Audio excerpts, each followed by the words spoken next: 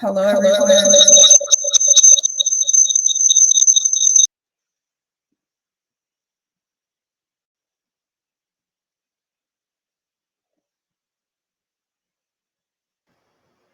All right, let's try this again. All right, that sounds a lot better. Can everyone hear me okay? Perfectly All right, well. I'm going to go ahead and play a quick promotional video. Obviously, we wanted to do something different for 420. We're going to highlight our new professional platform. That's a way for us to connect professionals of color with jobs in cannabis. Please stay tuned for a series of polls and asks to get you guys engaged and to also help you rack up some points to win some prizes later. So there might be a little bit of buffering, but you should all hopefully be able to see this video in a few moments. Time to soar. Your energy and skills can take you to new heights in the cannabis industry. Is one of the people world's able- fastest growing industries. I don't hear sound, which is... Today's cannabis companies are expanding rapidly across states and countries. Join one as a professional leader. Grow your wealth along with the company. Think Google employee number 30 type wealth. That could be you. Vetted, values-driven cannabis companies are looking for diverse talent on New Professional. New Professional is a cannabis industry job board for professionals of color. We're bringing the cannabis industry's best jobs to you. Go soar. There's a once-in-a-lifetime opportunity waiting for you.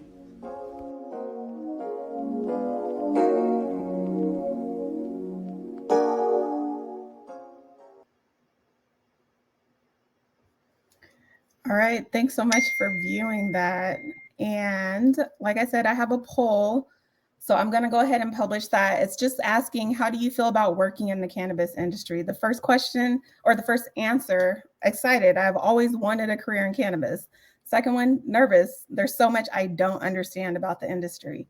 The third, I love the industry, found my groove in cannabis. And the last, I don't know, I'm still filling things out. So go ahead and answer with the best answer that you think suits you. I'm going to say some quick thank yous to our sponsors and advocates that were able to join us tonight. Some were not able to join us, but just because they weren't able to join us, you can still visit their booth and get quite a bit of information on their company. We've got Wild, Wana, Groundworks Industries, Akerna, Green Force Staffing, Loud, Backbone, Weed Maps, Tonkin Torp, Compliant Packaging, Nimble Distro, Cookies, and City of Portland's Cannabis Program Office, the Office of Community and Civic Life. We've got Dashita Dawson here to explain more about what's happening with them. So if you have any questions or need any help throughout the event, please reach out to myself or Deidreana. We'll be available in the feed or the chat. And then you can also see us later after the event to talk at tables. Thank you. Jeanette, go ahead. Thank you. Hello, everyone. I'm Jeanette Ward Horton. I'm CEO and co-founder of New Project. It's so great to have you on this afternoon.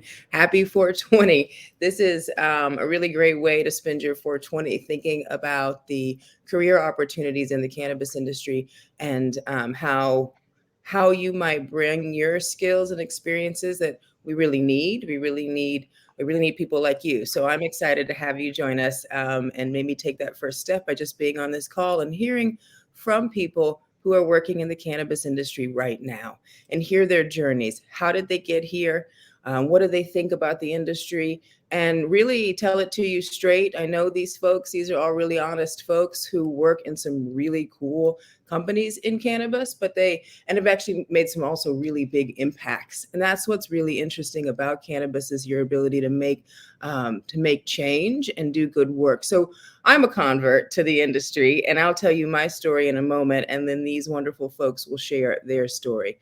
Before we move on, I don't know if everyone knows how to use the poll. So that was like a lot of poll answers. And then where do you take that poll? So Marquita, do you mind telling people how to find the poll? Because we'd love to find out what you're thinking about the cannabis industry right now.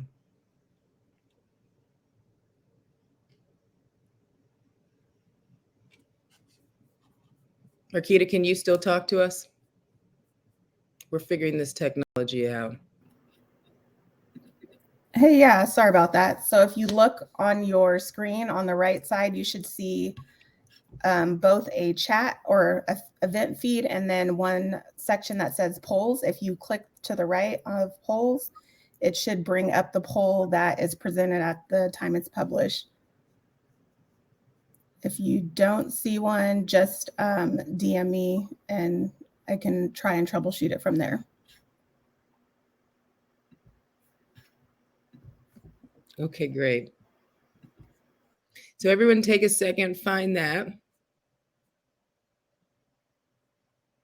And while that's happening, I'll start with me. So I'm going to give you my career journey just as a way for you to get to know me. And because I did make my way to cannabis by way of the mainstream industry. And that's kind of what we sold you today is a lot of people who made that jump.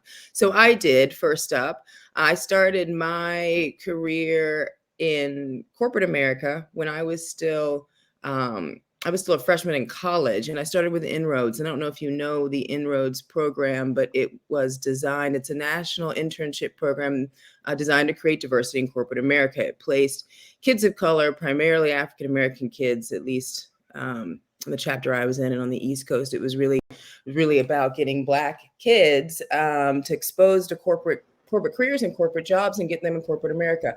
And so I went ahead and closed the poll. I don't know if it helped present the findings to you all, but I'm happy to read them off if that will be helpful.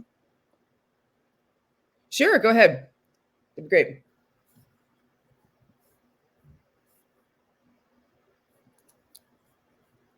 Okay, I'm sorry, I can't hear you.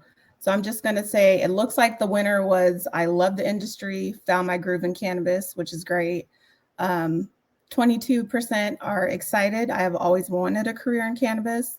18% nervous. There's so much I don't understand about the industry. And then 4% at, I don't know, I'm still filling things out.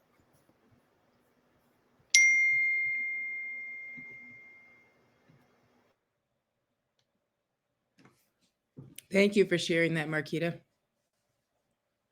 Okay, can everyone hear me okay? Let's just do a sound check. Okay. Yep.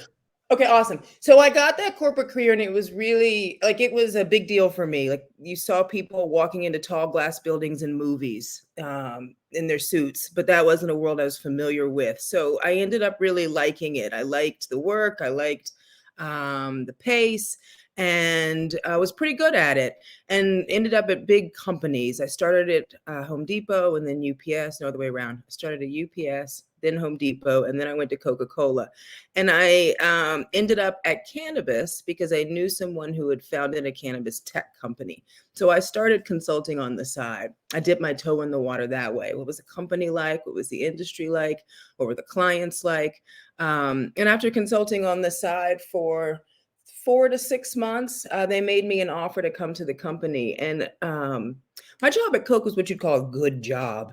And I share this because you may be in this position, as in a job where friends and family considered you in a good job. And why would you leave a good, stable job to do something kind of wild and crazy, like go to a small company in cannabis of all things? And this was 5 or 6 years ago. So, I mean, it's still questionable, right? In states where it's not fully legal and people are still, we're in a bubble in Oregon. It's been legal for a long time, but most places it still feels sketch. And this was 6 years ago. So people, it was sketch, but it was also wonderful. And I loved the work that I was doing. I said yes to making that leap when they made me an offer because I was looking for more mission-based work I felt that was connected to values. And I was looking to make a bigger impact. And so this is really just related to work. Like when you're in these big companies, I was in Coca-Cola, it's huge. And it's so big that you really do feel like a cog in a wheel. No matter what level you're at or what you're doing, you feel replaceable. And so I wanted to go someplace where I felt like my impact was would really be felt and would really make a mark. And so going to a smaller company checked that box for me too. And going to an industry like cannabis checked the mission values box for me. So there were really good reasons for me to make what was a really big leap. I'm transparent. When I talk about this, I took a pay cut. I think that's important to share with people. These smaller companies sometimes can't pay you what those bigger companies can. And I was willing to make that trade-off for ownership in the company. So those are the kinds of things you think about when you make these moves, but that's my story to share share with you all. Okay, so now I have the pleasure of announcing these wonderful folks who are going to share with you their stories. And I think what I'll do, since I know the order you're going in, is announce each of you one by one, and then we will we'll move on from there, and we'll close this thing out with a set of questions that each of our panelists will answer. So that's how we'll get started. Everyone feel pretty good about that still? Okay, great. All right, so I'm going to start with Cedric. Cedric Hayes is our Associate Vice President of Public Affairs at Weed Maps. And Marquita, I'm going to ask you one more tech question. Right now, I don't see Cedric large on my screen. So I'm wondering if that's my bad, or if we can make him larger, or what can we do?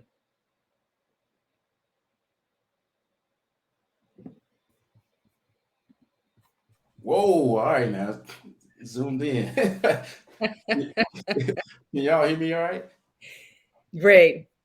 Cool. My story is a little bit long and convoluted, so I'm gonna do my best to streamline this process or to streamline my story. But before I start, I just want to say, Jeanette, everybody at the new project, I really appreciate what you're doing. Thank you for allowing me to tell my story. I'm glad to be able to share it with some people who I very much respect and admire who are on this panel. And I hope that our stories really help somebody who's thinking about transitioning into the industry. And Jeanette's story has a lot of similarities with mine, as you will come to find. But I am from Jackson, Mississippi. I graduated from Tougaloo College. My first semester, I was a chemistry major. I got a D in chemistry, and I was no longer a chemistry major after that. So I switched my major to English. I'm kind of one of the kids in school. I played sports. I really didn't know exactly what I wanted to do, but I did love to read and I did love to write, which is why I switched my major to English. But when I was finishing undergrad, still didn't know exactly what I wanted to do. My mom is my hero. She's a public school teacher in Jackson, Mississippi. So I was like, I'm gonna go teach public school until I figure it out, or maybe I'll just do like a teaching public school as a maybe a tutor or something. If I start to love it, then I'll pick it up, take the praxis or whatever it was and do it full time. But around that time, I had a friend, really close friend from Tougaloo, who did a program with the Congressional Black Caucus Foundation. It was an internship called the Emerging Leaders Internship, which Weed Maps now supports for the first time this semester. I'm pretty excited about. But I applied for this internship. I was accepted. This was my first time doing anything public policy related, right? So the way the internship works is they pair you with a congressional office. They send you to DC. They give you a 1-bedroom apartment with like 2 or 3 roommates, which sounds miserable, but was awesome. And like a $500 every 2-week stipend. And this was one of my first real times out of Mississippi, like living out of Mississippi particularly. And I just remember being super enamored with like all the buildings, all the history, and then also with the work that we were doing, like learning the public policy process, learning procedure, all of this interesting stuff. And I just remember that like it felt so good. I was working for my home district for Congressman Benny Thompson, and it's like people from my neighborhood would sometimes call and I would help them or like advocate on their behalf as they try and navigate like benefits or something like that from the federal government. It was dope. And some of the coolest people I worked with like had law degrees. So I was like, maybe I should go to law school or something like that. By God's grace, I made it into law school. I did not have the best LSAT scores and took on a lot of debt. But I went to law school. When I was finishing law school, I had decided that I was not going to practice law. In fact, I kind of hated the concept of me practicing law from the law firms that I worked in. But needless to say, I reached back out to Benny Thompson's office, who I did the internship for. Told him I was finishing school, wanted to do my last semester back on Capitol Hill. He said yes. And I went to Capitol Hill to work as a legal extern for the Committee on Homeland Security. So back in DC, it's funny, like my career, I feel like it's full of like these interesting coincidences. I went to his office on the last day of the externship, learning more about the public policy process, learning more about procedure, working for one of the most underserved communities in the United States, which is MSO2. And I said, hey, thank you for everything. I really appreciate it. If you have any opportunities that come available, I will gladly take one, but tomorrow I'm gonna fly home and graduate, and then try and figure out what I'm gonna do next because I don't know what's gonna happen next. And he sat back in his very Benny Thompson way. It was just like, call your mom and tell her you're not coming home. I got a job that just came open. And I was like, cool. What is it? And he was like, it's a staff assistant and legislative correspondent. So if you don't know, staff assistant and legislative correspondent means you sit in the front of the office in DC, you answer the phones, you sort the mail, like physical mail and digital mail, and you make coffee. Basically, you're the face of the office. When folks walk in, you say welcome, you pick up the phone the first time it rings, this sort of thing. And I loved every single second of it and appreciated every single second of it. I never thought, like, even with a law degree, never thought like this is beneath me or something that I don't want to do. It really made me appreciate, like, how different team players come together and work together to make like the larger picture work. Like everybody's role is significant. Nothing is insignificant. Long story short, fast forward, I ended up getting an opportunity to work as a professional staffer in the Homeland Security Committee. It means you work on one public policy area at a time, and you become a subject matter expert. My subject matter expertise was transportation security. So I did oversight of TSA and DHS, which did not have a great record of doing business with minority contractors and minority businesses, which is another common theme throughout my career. So stuff you wonder to yourself, like, why do I take my shoes off when I go through the airport? Or why do I take my belt off? Or what does this machine really do? Those are all the things that I was like, I probably played a small role in the reason why you have such a painful experience as you go through the airport, but it's very necessary. So investigating those things, drafting legislation. I was also a parliamentarian, which means I did a lot of procedural work on Capitol Hill, just developing this expertise that I never even knew about. Super fast forward, DC was going through the process of passing Initiative 71. So I would be walking to the train from Brooklyn, DC to get to Capitol Hill, and I would see these red and white signs with cannabis leaves on them. And I would think to myself, like, I'm from Jackson, Mississippi. My only experiences with cannabis are negative ones by far. So I had car searches by the police escalated because they smell cannabis, whether they actually smell cannabis or not. Had friends who were kicked out of school or couldn't get federal financial aid because of a cannabis arrest on their record. And one of my good friends and one of the best baseball players I knew got kicked off of our baseball team and out of school because he had an ounce of cannabis in his room. So all these negative experiences. And then I'm like, Initiative 71, it's these dudes, they sitting outside the Capitol with gnome hats smoking and no one is getting in trouble. Like, I don't understand what's happening right now, but I need to figure out what's going on. So at the same time, you hear like cannabis revenue is going to top so many billions of dollars and it's going to do this and that for DC. And I'm like, I'm from Mississippi. This is supposed to be negative, right? Like, I don't get it. So I did what everybody does and says, I got to open a dispensary. So I recruited all my boys from Mississippi, didn't know how the regulations work, none of the public policy, none of that sort of stuff. We dug in. In the meantime, my work for DHS and TSA, I have a top secret clearance. So anybody who was investigating my clearance and watching my search history is probably like, this dude is crazy. There's no way in 5 years we're going to re-up him. But luckily, I didn't need to re-up. Super fast forward. I saw a job with the Marijuana Policy Project, and it was for like a legislative associate or something like that. And it was the first time it dawned on me, like, the stuff that I had spent time getting good at was actually applicable to the cannabis industry. It was like a light bulb went off. I honestly could not believe it. I applied for that job. I was late. They had just filled it. I like to think I would have got it if I had applied on time, but I honestly don't know. But I kept looking. Similar role came available in Weed Maps for a legislative associate. I applied and got that one. And my experience was much like Jeanette's experience, where you call your parents and it's like, you going to go do what? Why? And my brothers are laughing, having a great time. Like, oh, this dude's been on the road. He's getting ready to mess it up. Like this whole thing, right? And everybody like who was on Capitol Hill, like this guy's crazy. But the most affirming conversation I had came from the most unsuspected place. And it was from Congressman Benny Thompson when I went to his office to tell him face-to-face, man-to-man, before he heard from anybody else, that I was leaving to go work in cannabis. And he looked at me. At first, he was like, "Oh, it's good. You sharpen your tools. You go out into the world as things happen. It's like, don't feel nervous about it." And I was like, "Wait, I want to tell you before you hear from anybody else, I'm going to go work in cannabis." And he didn't flinch. And he was like, "You need to help somebody." And he was like, "Out of all the people I know one Black person who was doing business in cannabis." So we all hear about the money all the time, and nobody who looks like us is represented in the industry. And it was the most upfront. Like if I had any questions or any doubts or was on the fence, when he told me help somebody, it was basically him saying like, same stuff you do in my office day in and day out is the same stuff you need to focus on doing when you go to the industry. And that's what I try and do. Super fast forward now because I know I'm running way over, but came to Weed Masters legislative associate. I had a better opportunity, as we often do in our professional careers, to be a consultant. I worked for some of the coolest companies that I could think of: Jacobs, Lyft, Live Nation, American Airlines. I represented them all in Southern California. Weed Maps came back to me. They were solidifying their efforts on making a difference in the areas of equity and justice, and asked me if I would help come back and work with some people inside of Weed Maps who I truly admire as they figured out exactly how they were going to do that.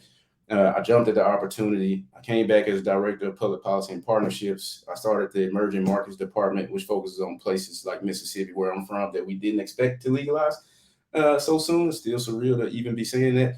And today I am the Associate Vice President of Public Affairs. I represent Weed Maps before the federal governments and focus on personnel issues such as building out our public affairs team. So that's my way too long story about how I came to the cannabis industry, and I have no regrets about how long this was or about coming into the industry.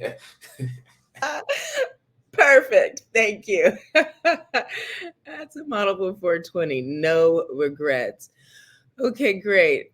Thank you for sharing that, Cedric. Our next speaker, with no further ado, is Dashita Dawson, who I suspect many of you know, or at least know of. She is the Cannabis Program Supervisor for the City of Portland. So thank you for being here. I'll turn it over to her. Hey, it may be the case that I might have to go off the camera. It's been a rough day here in New York, 420, celebrating 420. I have a similar story. I'm a corporate to cannabis crossover, but it wasn't really as expected over time. I actually feel like Cedric's story was pretty, the trajectory made sense based on his work and his location. I majored in molecular biology at Princeton, and then went to work for United Way to give myself a break from science, moved to back to science and medical school. I hated it. I wanted to be a neurosurgeon, and the neuropharmaceutical intertwining and dominance was real. And I really struggled being part of the system. At the same time, I was struggling with my own health and having autoimmune issues, and eventually decided to leave and was a consultant for some time, working in a lot of different areas in entertainment. And then I went to business school and said, okay, I want to try to figure out how to do this for real. And business school led me ultimately to Target, and I got to do some really cool things. Similar to Jeanette, it was huge in Minnesota, 15,000 employees. But I think the products and the areas I got to work on were ones that really helped me now in the cannabis space. So plus size was really underutilized and not understood in the natural hair market.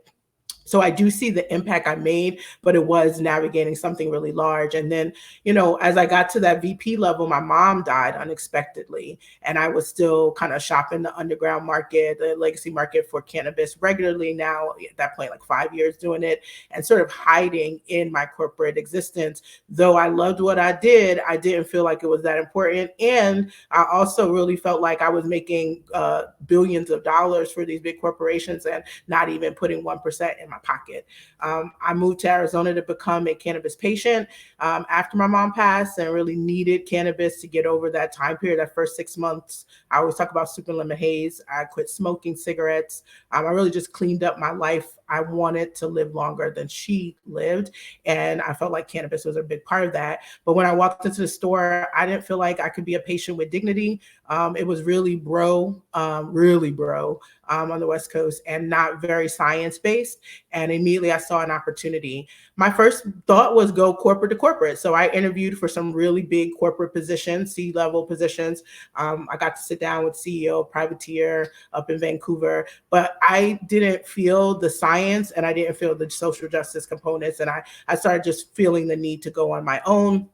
And eventually I did. I worked on both retail and supply chain issues, but I also worked on the campaigns on the ground. And eventually municipalities became my clients, and the East Coast started to turn on as soon as New York started to be a little bit more serious. In 2017, I started doing more work on the East Coast, particularly around campaigns, equity-centered campaigns. And then eventually I got an opportunity to work with Dr. Rachel Knox in the Oregon Cannabis Commission. And I took that role, even though it was volunteer, and I'm going to be talking about a volunteer position, even though it was volunteer, I think it was the first step to becoming the cannabis program manager for the city of Portland. It, one, even introduced me to the fact that the position was available and that they were looking. And two, I had testified for about 3 or 4 years about Oregon's market. For a while, I understood that it was more sensible and therefore inherently more equitable, but still having some struggles with implementation. I could analyze the market for the East Coast well, and all of those things, even though I never went to law school, I'm just a business strategist that really understands numbers well, understands the science, but I also understood the cultural aspects and social justice. It's this intersection that is perfect that was missing, in my opinion, from the City of Portland program. And so now I get to do, in my opinion, everything that I've been doing for these different municipalities and different companies to try to achieve, but tested in a more formalized way in the city. And I'm excited that I get to work with people like Jeanette in growing and also proving conceptual things that unfortunately the government in its risk-averse thinking doesn't think is possible until we prove it is. And so that's what we do. And I'm excited to be here with you. Okay, do you mind if I bust in though? Dashita, I'm busting in on you. Would you also share with everyone, because I think it's relevant, you've had an entrepreneurial path alongside it, and that just, I want folks to know that you could do both. Yes. So you, like you said, you started and you were consulting. I started and I was interviewing first. And in some ways I was learning about the companies while I was interviewing, and while I was prepping, I was learning about the industry. And then I pivoted. I didn't find the fit. And so I started consulting, and MJM Strategy was a firm that I launched with my family. So I worked with my sisters. And my older sister and I had already been in business for a while. We worked in the natural hair space alongside my corporate career at Target. In fact, she launched her company, Tribe Called Curl, first, and then Target started to talk more about multicultural hair. And I, raised my hand because it was something to work on an inside and outside way. We tackled the cannabis industry the same way.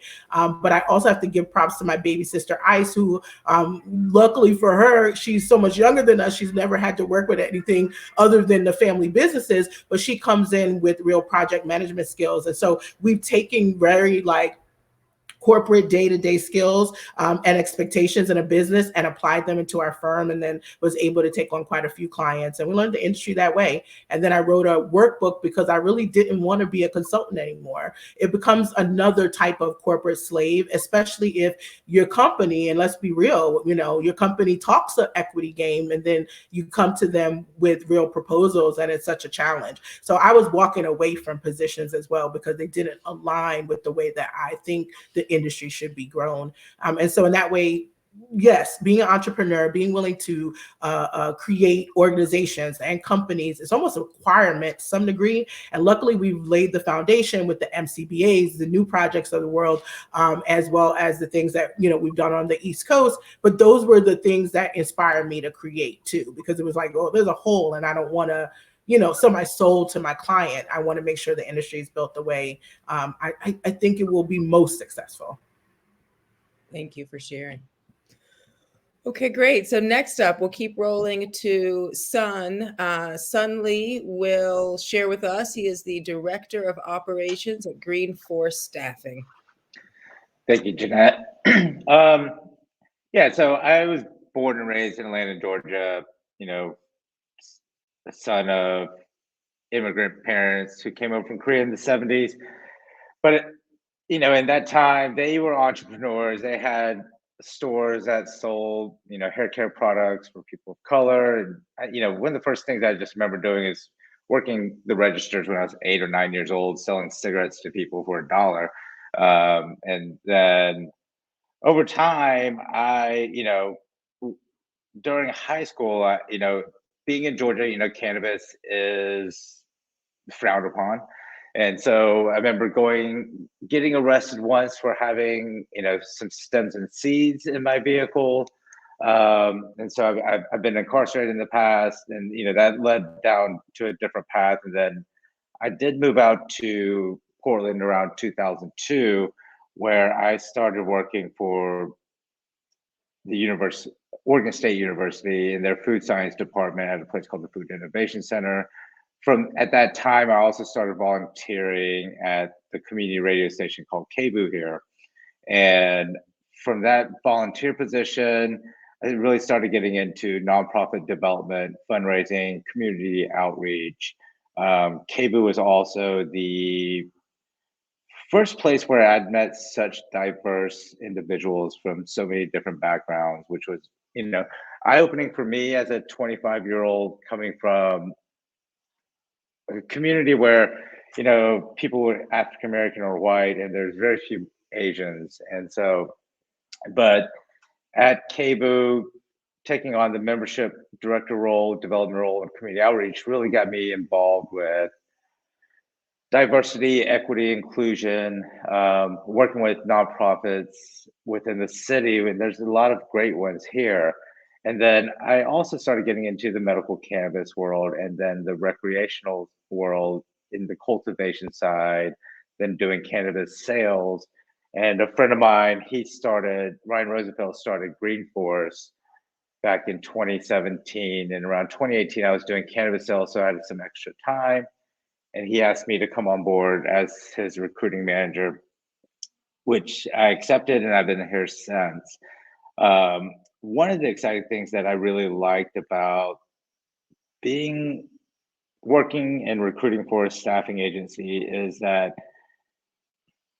with the cannabis industry being so new, this is the time that we can really change and bring on a diverse workforce, because it really hasn't been determined, even though this space has been dominated for the past 40 years by essentially white males for the most part. But now that we're in a rec space, I think, with a lot of, especially with, in the city of Portland, there's the seed grants that are working towards diversity. I think in New York, there are licenses, there's social equity licenses there. I know Arizona just had a round of it. So I think this, because we're at the ground floor, this is a great time that we can really diversify the workforce. Now, the hardest part, I think, is going to be diversifying the C-suite side of things. But I think, at Green Force also, we do direct placement. So it's been enjoyable to talk to people from all different backgrounds, and especially a lot of people wanting to get into the cannabis space, since it's so new and there is so much opportunity. But I think there's a lot of fear from people on how to do that. And one of the things that being at Green Force has allowed me to do is to talk to people about how those transitions can happen. You can come from Coca-Cola into cannabis, or, from working at your legislator's office and come into the cannabis space. And I think we just have to, encourage people to continue to do so. And luckily, the company I work for, I'm, able to do that from the ground level all the way up to the kind of executive level. So it's also a pleasure to talk with like-minded people and such a nice panel. Thank you, son. Thank you for sharing. Okay, let's popcorn to Richard Ng. And Richard is Community Innovation and Social Impact Lead at Backbone. And Richard's got a fun story. He's been in the cannabis industry a long time. Thank you for being here, Richard. Yeah, thank you, Jeanette. And first off, I just really want to thank New Project for everything that you, Marquita, the team, that you all are doing across the country, really fighting for our equitable industry. That's the most important work, like Son alluded to, like, how do we get more people into the C-suite, BIPOC people, and y'all are fighting for that. So respect to everything that New Project does. My journey is it's like everyone. It's non-linear. If you're going to be in the cannabis industry, you're going to zigzag or I guess bob and weave because we fighting, yo. So we all bobbing and weaving, and we made our way into the space. And respect to everyone on this panel for everything that y'all are doing. I actually started out in the public sector. Kind of like said, he was working up on the Hill, but I was on more on the local government, public education side. So again, non-linear, I was a creative writing major in college. I wanted to be a poet, so already we're starting on like a non-linear path to where I got to now. Ended up going into education. I was a PE teacher out of college in San Francisco Unified School District. I got really interested in education policy. So my second year after that, I was working with the KIPP Charter School Network, helped found one of the KIPP charter schools out in San Francisco, KIPP SFB Academy. And I really got interested in policy and kind of like public education school reform. So from there, I went to graduate school, got my master's in public administration. I was focused on local government and nonprofit management. I went to the University of Arizona with the Eller College over there. So my first job out of graduate school was I was working as a management analyst with the city of Tucson in the city manager's office. So that was really focused on working with mayor and council, generating a lot of policy studies, doing a lot of research, and just, really a lot of how can we engage the community, because local government, that's the level of government everyone's impacted by the most by the services provided. Did that for a year, and then I came back to the Bay Area. And that's where I got a job with the Berkeley Unified School District. So I was doing community engagement, policy, and also just, admin work with the high school out here. But a lot of my work was really working with underserved families and communities in Berkeley and helping them navigate the system. Government it's a hard system to navigate and just get the resources. So worked with the families to connect to the community organizations that are providing services. So there's a theme that's like developing over here, a lot of like community work that's going to be building on, and it's going to really like, you're going to see at the end of this, like how I got into community and social impact in the cannabis space. Towards the end of my time at the Berkeley Unified School District, a couple of things happened. I wanted to sort of see if I could take my skill set over to the private sector because I was only in the public sector.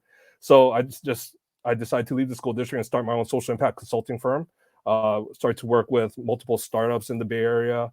I had a bunch of friends who then all graduated from Berkeley as computer science PhD. So they all had their own tech startups.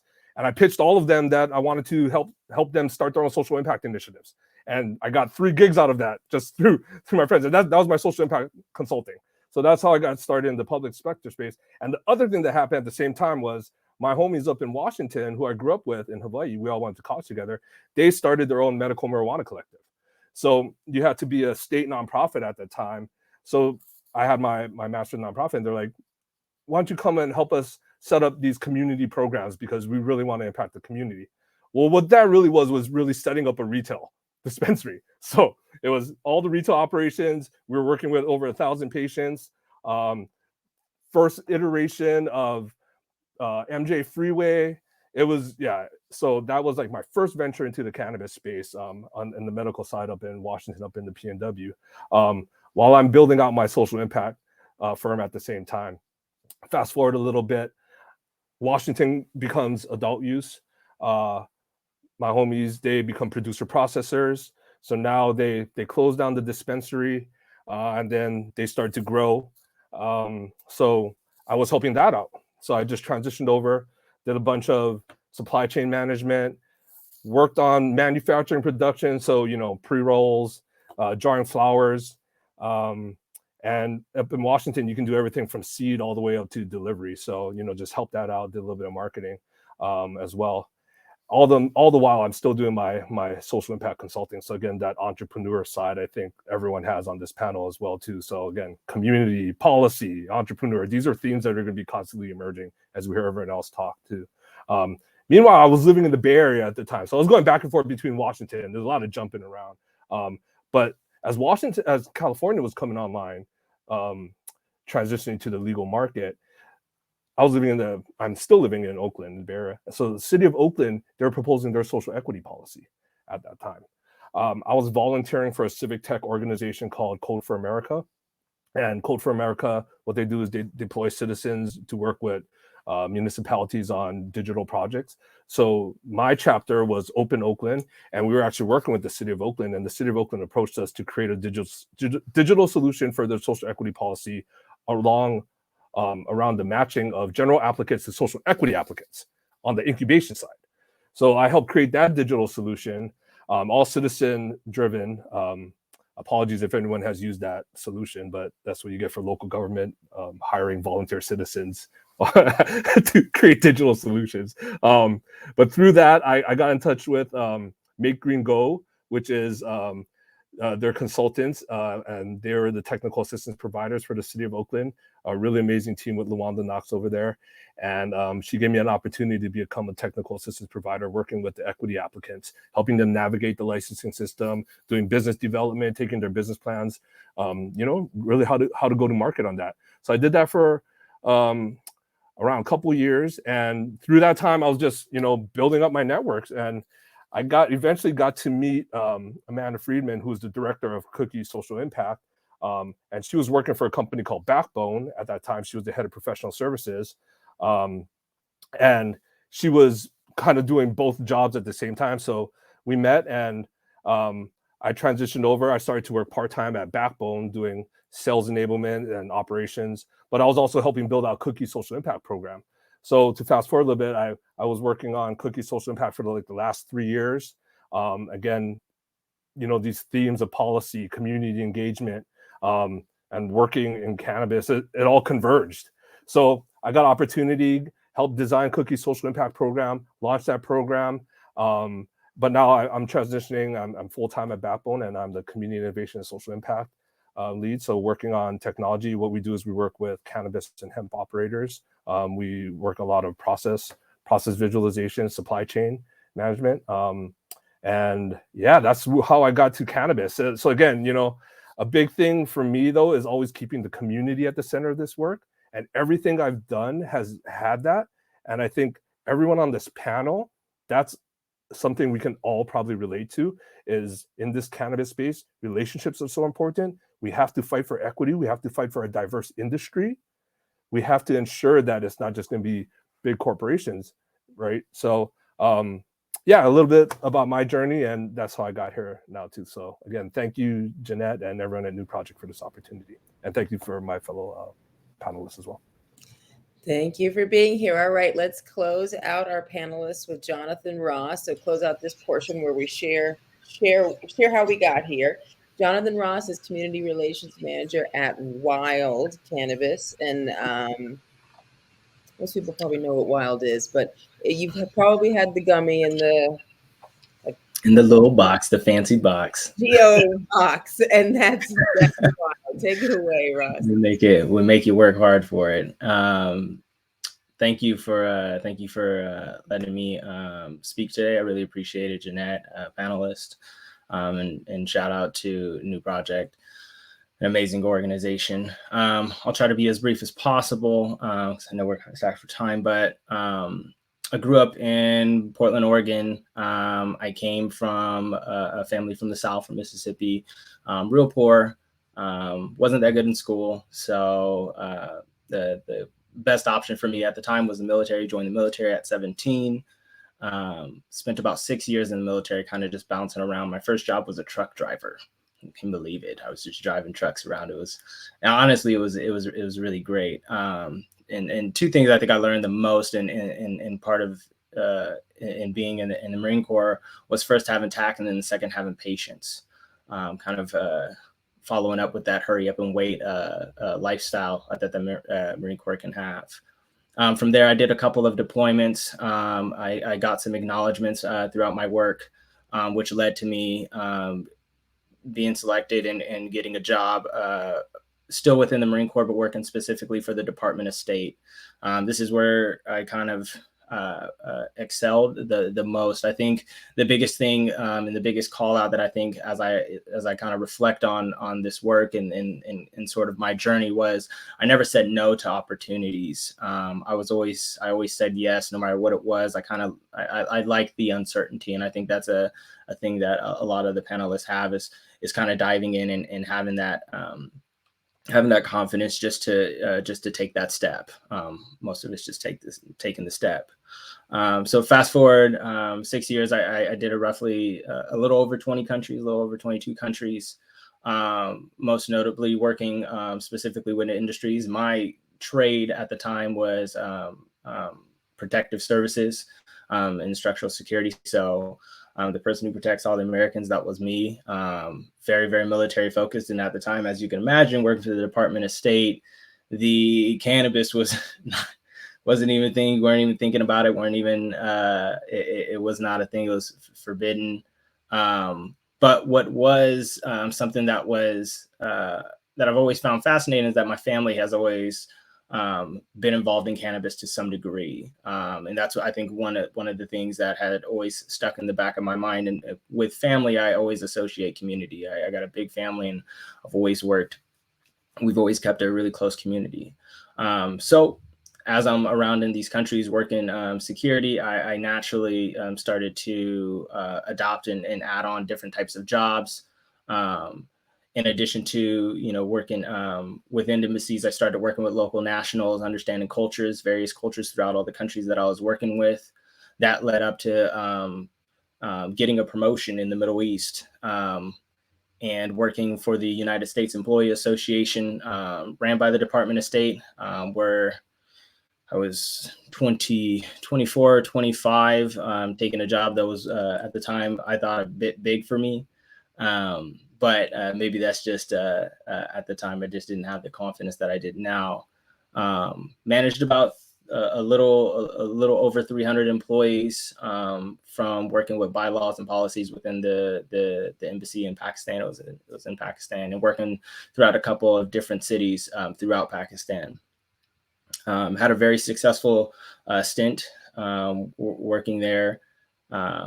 Finishing that up, I was kind of at the height of what I would consider my diplomatic and military career, but I had been away from home for about 6 years. So I kind of said, let me do something else. Started contracting for a little bit, did some more countries, and really learned how to navigate the world in more of a solo trip. Throughout that, I finished up contracting and came back home and tried to get a job back home, realizing that I never went to college or never got any formal education. I wasn't really that good in high school either. So I ended up deciding to use my bills, go to school, slid past, I got my bachelor's degree, bachelor's in communication and minor in advertising. And from there, I wanted to start my own business. Didn't really know how. So I started working up at the VA, Public and Congressional Affairs. I knew I still wanted to work with people. I honestly was hit and miss with communication. I liked it, but I knew there was no math at the time. Long story short, ended up taking the leap and starting a business after leaving the VA, working in communications and marketing and design, and really working with a lot of local organizations, nonprofits, businesses, specifically focused on minority businesses within the community that I lived in. And softly started working in tech as well, kind of developing the taste for technology just as a side piece and passion. I still kept looking for jobs, and here pops up Wild. And I think I took the job at Wild because I didn't know anything about it. I didn't know anything about the cannabis industry as a whole. Cannabis was always something that was pushed away and never that much. It was involved, but I guess just involved in a lot of the negative ways. Had a quick conversation with a lot of the leadership. That was at a time where Wild had about two states. I think we had about 300 something employees, 2-3 states. What Cannabis wanted to do, what Wild wanted to do was have a massive impact. They wanted to do it. And I got on board instantly. And since then, I became the community relations manager. And since then, Wild has grown, and I've grown with the company. We're at about 8 states, like a little under 800 employees, making massive massive changes within our communities and in all the states that we're working in. And that's just to say that there is, I guess there was never a true understanding of how much impact the cannabis industry could make as a whole, because we could never quantify it and never could see it. But one of the things that I think really struck out to me was that it's private, it's possible, and that cannabis, at least working with Wild, we acknowledge what we can change and what we can work towards developing. So that's kind of how I got to Wild, a little brief piece. And thank you all. Thank you, Ross. Thank you for sharing. So looking at the time, I'm going to do a little pivot. We had a number of other questions to answer. And what I'm going to do instead is let's go right to the chat where you guys are posting questions now, and let's get to what you want to know. So I'm going to start with Michelle, who is asking, how can I break into the cannabis industry with no experience and living in Texas, which is a non-cannabis friendly state-ish? I do have tons. I mean, she didn't say that. I said that. I should say I added the ish to Michelle's question. But she said a non-cannabis friendly state.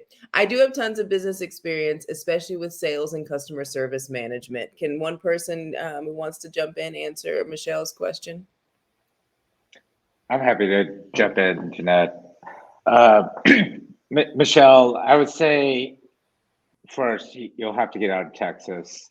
But with sales and customer service management, I would say that right now, one of the things would be getting in, networking is always a great thing to do, no matter what industry. And I think especially so with the cannabis, so getting out to events like this, contacting new project as well. And then, because they do help with their job board, but dispensaries is where your skill set's going to lie most easily. I would say one of the easier things for people to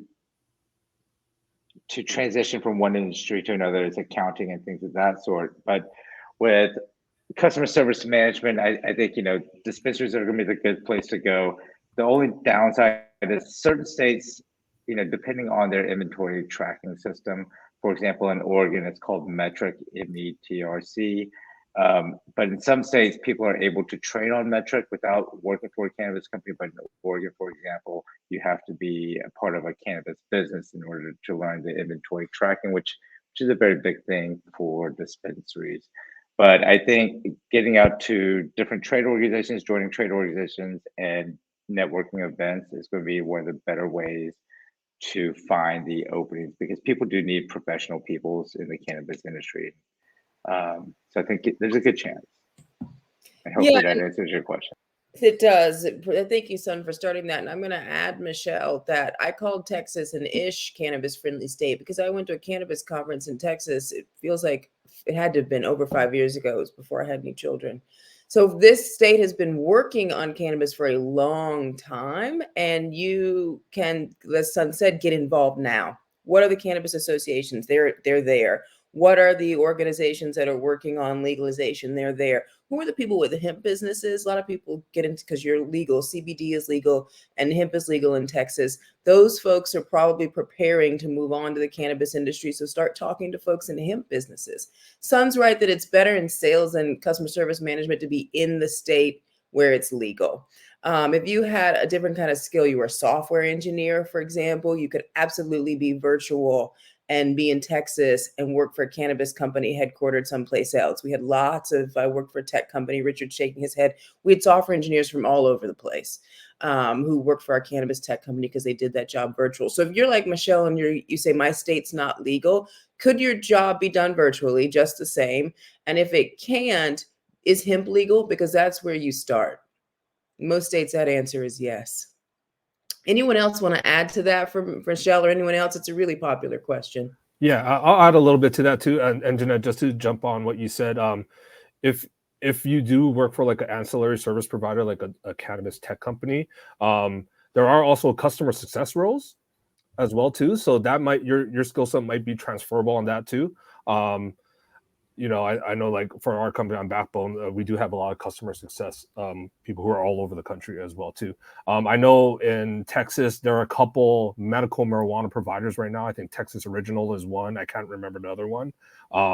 You might just want to reach out to them and see, you know, what the status is in that. I think Texas Original, they're scaling pretty fast. And they're definitely positioning themselves for when it you know, becomes legal. And then what Jeanette said as well to talk to the hemp producers, people who are making D8 right now, CBD, because they're all positioning themselves for rec as well too. Yeah. And they already have sales teams and account management, so you could actually make a direct transition. Texas has a lot of hemp companies. Just so, Definitely. yeah, I would start there for sure. Wonderful. Okay, great. So then thank you also, speakers, for answering questions right there in the chat. So if you did ask a question earlier, there's some answers popping up for you. And if you've got questions to ask, you can ask them with that Q&A feature. So I'd like us to answer one more question that we've gotten in over the chat. And then we will give you all, our audience, an opportunity to ask any more questions. And then we'll move on to the next part of our event and we'll go to our job fair. Okay, so next question that we've got in the chat. This is a really interesting one. What opportunities are trending upward in the cannabis industry? So I'd love to hear a couple of perspectives on what you think is kind of the hot next opportunities. And Dashita, you already gave an answer in the chat. Do you mind kicking us off? Sure. I'm like, what did I say? Oh yeah. So I think I kicked it off with talking about travel. That's huge. Just people right now. I'll be honest, I'm a cannabis patient. So how I travel takes a lot of effort and a lot of work. And the more I travel and the more cannabis becomes legal, like even in places like Thailand, I want concierge. So that's been a big thing and a new space for travel companies now opening their own verticals. Technical jobs throughout the supply chain, lab. Basically, if you have a chemistry degree, a molecular biology degree, if you have a bio degree or a science degree from undergraduate, you pretty much are qualified to do the things that are happening in the lab. Processing, there's a lot of machinery and mechanical engineering around that, and manufacturing. ESG, which is the environmental sustainability and governance, and DEI, at least right now, I mean, certainly from 2020 to now, we have had more equity positions created than anything else, y'all. And then, of course, we have public policy and education. Jonathan's laughing, but it's absolutely true. I mean, no, I'm keeping it real. So right. Yeah, Dashita's so right. That's just to echo everything that Dashita said. Those are definitely some of the more trending jobs that are kind of popping up. I would definitely highlight the DEI and the ESG just as well. Those are huge pieces. One thing that I'll note that I think a lot of the industry is starting to recognize is the fact of how cannabis prohibition has affected the folks that they are also selling to. And it's not one of those conversations that is often silenced within the industry. So huge opportunities, as well as understanding our ESG. I know when we first started, we didn't have a sustainability department, and as we started that about a year ago, it's only been an ever-growing topic. So absolutely, definitely, there is both of those industries, and again, technical and travel, especially as cannabis grows, and they kind of extend to these other states as well. So.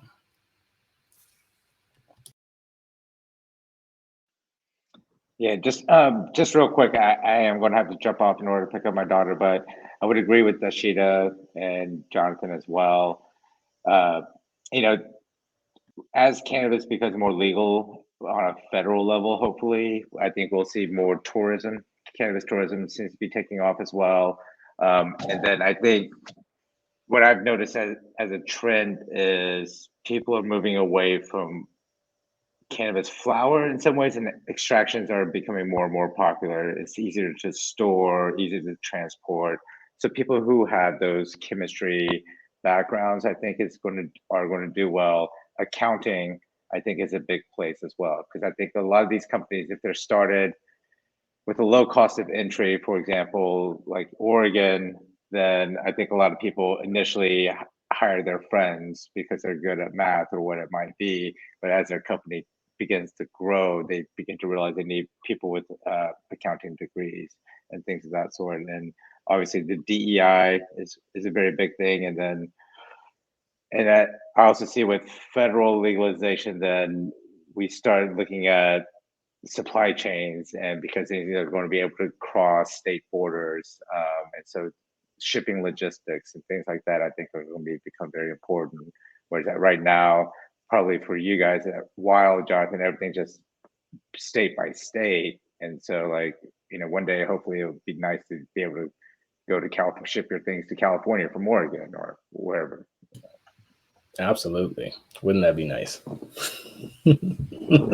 Thank you. Okay, great. Thank you for being with us, son. We do realize we're going to lose you because it's just after 5. All right, we've got one final question. Bye-bye. Thanks for being with us. And then we will move to the career fair portion of this event, which is really about mixing and mingling. So if you wanted to talk to someone or do anything that was just more casual, that's our space to do that. So here's our last question for the panelists. And if each of you could answer and try to make it, under a minute. The question is, it's our closer question. What advice would you give someone thinking of starting now in cannabis? Just take the step. I think for me, I have found the most success in just taking that step. The cannabis is new. We're not going to know a lot of things, but as this panel has kind of illustrated, it has amazing potential. 1 minute.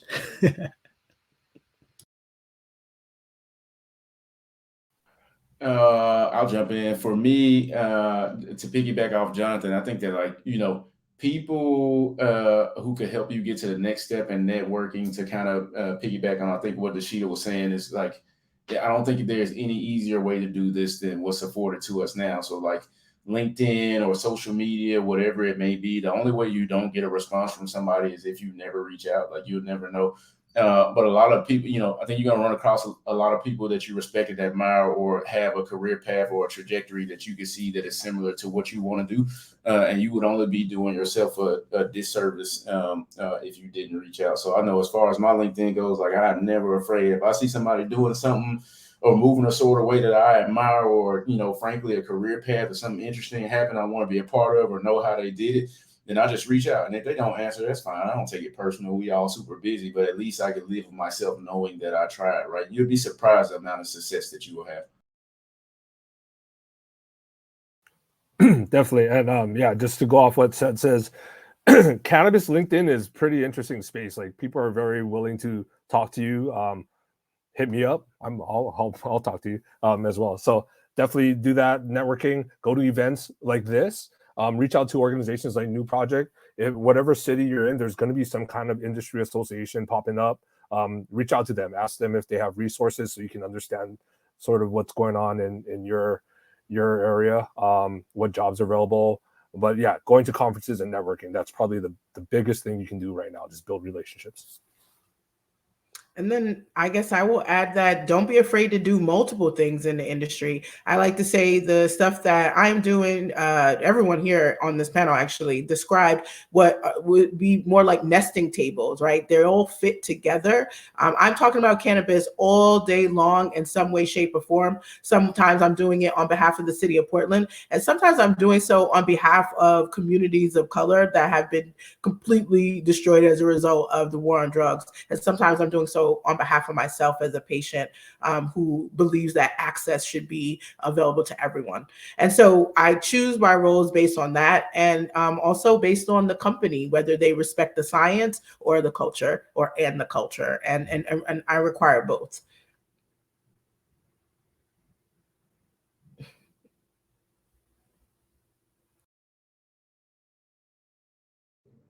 Okay, you guys are fast.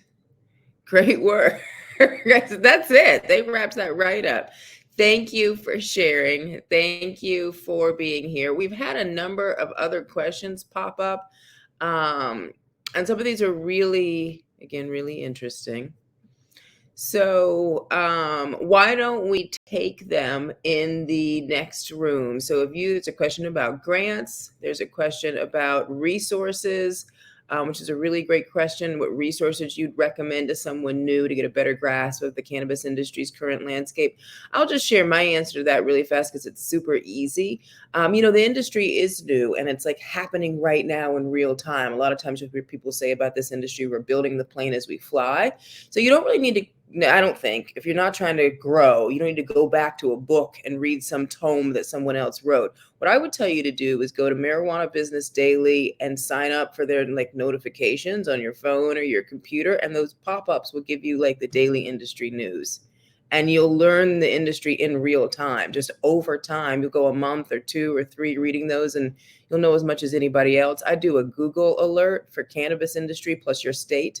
What's happening in Texas with cannabis? That Google alert will keep you ahead of the game, because that is the one thing about cannabis. You heard take the step, you heard network, you heard join industry associations. Do it now. Don't do it later. Don't wait a couple of years to get some stuff together before you make the first step into this industry. It's just moving too fast for that. So we're glad to see you're here. This is your first step. And if you have any of these questions you want to get answered right now in the other room, we'll do that. In a moment, I'm going to turn it over to Marquita, but I want to first, before we leave, see did any of our speakers want to add to that answer I gave? I have to just give a plug for my workbook, because I agree with you, because I read a lot of books that I just felt like sat on a shelf. I made a workbook because I felt like I needed to work. So I did the Marijuana Daily checking in, but the workbook forces you to write down what your personal strategy will be, while at the same time breaking down from the rooter to the tutor the different sectors of the industry. It's written really on a 4th or 5th grade reading level. So to be honest, it's very simple to go through, but it does keep you accountable because it's a workbook. Wonderful. Let me see if the team can pop a link to the workbook here in our chat, and then we can have everybody get access to that. Yeah, I think that's a really great point. If you're thinking of starting a business, where do you start? How do you get the work done? A workbook sounds really helpful for that. I also want to point out that Cedric pasted a link for Weed Maps jobs in the chat and pointed out there's a lot of virtual jobs. So take a look at that. Okay, great. Thank you so much, speakers. Thank you for sharing. Really, this is I'm so thankful for this panel, for what you guys represent, what you've done in the industry, the places you've worked, the movements you've been involved in. So thank you, Richard. Thank you, Cedric. Thank you, Ross. Thank you, Dashita. And thank you to Sun, who's not with us. Thank you for shaping this industry and being here on 420. All right, so I'm going to turn it over to Marquita, who is going to talk about what's happening next and give away prizes. So don't leave. If you were like, I'm not going to be here for the career fair, don't miss your free stuff. Don't miss your free swag. Hold on. All right. Thanks, Jeanette. So let me get you guys off. You guys don't have to be stuck up here with me. I just wanted to go through and thank our sponsors and advocates again. So you all know to stop by their booths. You'll also see an alert that will let you know to go to the booth. They'll take you straight to that area if you're not sure where it is. So we've got Office of Community and Civic Life, City of Portland, Cookies, Nimble Distro, Compliant Packaging, Talking Tour, Weed Maps, Backbone, Loud, Green Force Staffing, Akerna, Groundworks Industries, Wana, and Wild. Some of these folks weren't able to make it here in person, but their booth is still set up that you can leave your contact information. They can get back to you later. For now, I will announce at least one prize because I don't want anyone to leave without at least getting something. So we have this leaderboard. If you've been participating, sending chats, maybe sending messages, you've been able to rack up some points. Just simply logging into the platform gave you some points. And it looks like Chris Connor is our first lucky winner. I will connect with Chris and then I'll be sure to make an announcement at 5:30. If my Wi-Fi is wonky, I might just do some alerts. But if you aren't in the space at 5:30 when I make the announcements, I will follow up with you with the email that you registered with. So yeah, and if you don't want to connect in the booths, you can connect in the social lounge. Okay, so before we go, this is for me. I don't know how to get where I'm going. And Yep. I'll just say that if you haven't used AirMeet before, it is really cool. It feels about as in person as virtual can feel. You move from happens. Do we just move over there, Marquita? Yeah, sorry, just I put a pause because I wasn't sure if it was still recording you or not. But yeah, for the most part, I'm going to end the session. We can exit from this backstage area. It'll disperse into our lounge and booth area. We can roam around. Folks, ideally, you will be hitting those booths up. You can still rack up some more points. Just simply showing up at the booths. If you leave your contact information, you can rack up more points. And if you have any questions, just hit me up in the chat. I'll be available to answer. Okay, great. And if you enjoyed this and think, well, this is the start of your cannabis career journey, also please know that we have a jobs board on newproject.org. So we've got cannabis jobs from these same great companies that will be posted there, and you can get a feed of what's the new jobs. It's a little difficult to find cannabis jobs on the big platforms. And we also know that these companies are the right kind of values-based companies. It's scary to go into the cannabis industry. Is the company big enough, stable enough? What are their values like? So we really like these companies that have jobs on our board. And that's a place to sign up for more information if you want to keep this journey going. Great. Thank you all so much for being here. We appreciate you. Thank you, everyone. All right. See you in a minute in the other room. Thank you all.